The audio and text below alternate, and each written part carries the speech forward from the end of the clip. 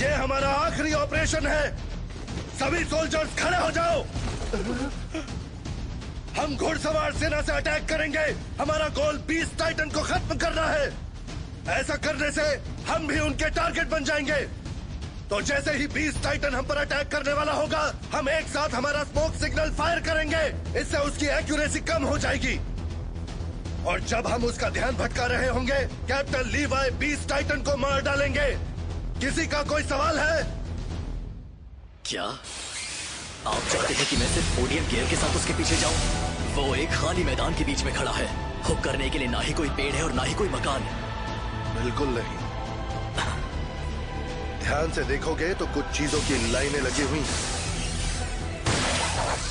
Titans को इस्तेमाल करके उसके करीब जाओ और बीस्ट टाइटन को मार गिराओ।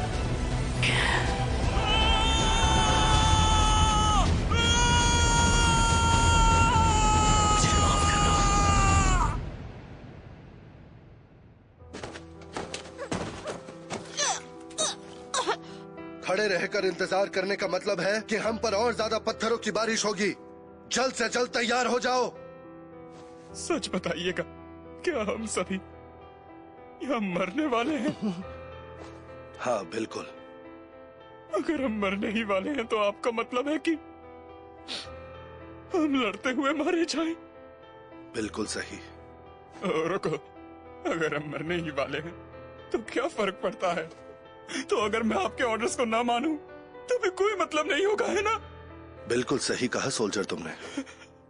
हर वो चीज जो तुम्हारे लिए मायने रखती थी, तुम्हारी जिंदगी, सपने या उम्मीदें, इन सब का कोई मतलब नहीं रहेगा जब तुम मर रहे होगे। कोई फर्क नहीं पड़ता कि हम पत्थरों की बारिश से मरेंगे। मरना एक दिन सभी को है। पर क्या इसका मतलब है कि हमारी जिंदगी का कोई मतलब नहीं? क्या इसका मतलब हमारे पैदा होने का कोई मतलब नहीं? हमारे मरे हुए साथियों के बारे में क्या कहोगे? उनकी जिंदगी का क्या? उनका कोई मतलब नहीं? बिल्कुल नहीं। उनकी यादें हमारे लिए मायने रखती है। उन सब का वजूद है, क्योंकि हम हमारे साथियों की कुर्बानी को कभी नहीं भूलने वाले। और आज जब हम मौत की तरफ बढ़ेंगे तो हम हमारे बचे हुए साथियों से यही उम्मीद रखेंगे, क्योंकि मेरे सोल्जर्स मौत के सामने भी निडर होकर आंखों से आंखें मिलाकर खड़े रहते हैं। मेरे सोल्जर्स आगे बढ़ते हैं। मेरे सोल्जर्स हारते हैं। मेरे सोल्जर्स कभी नहीं हारते।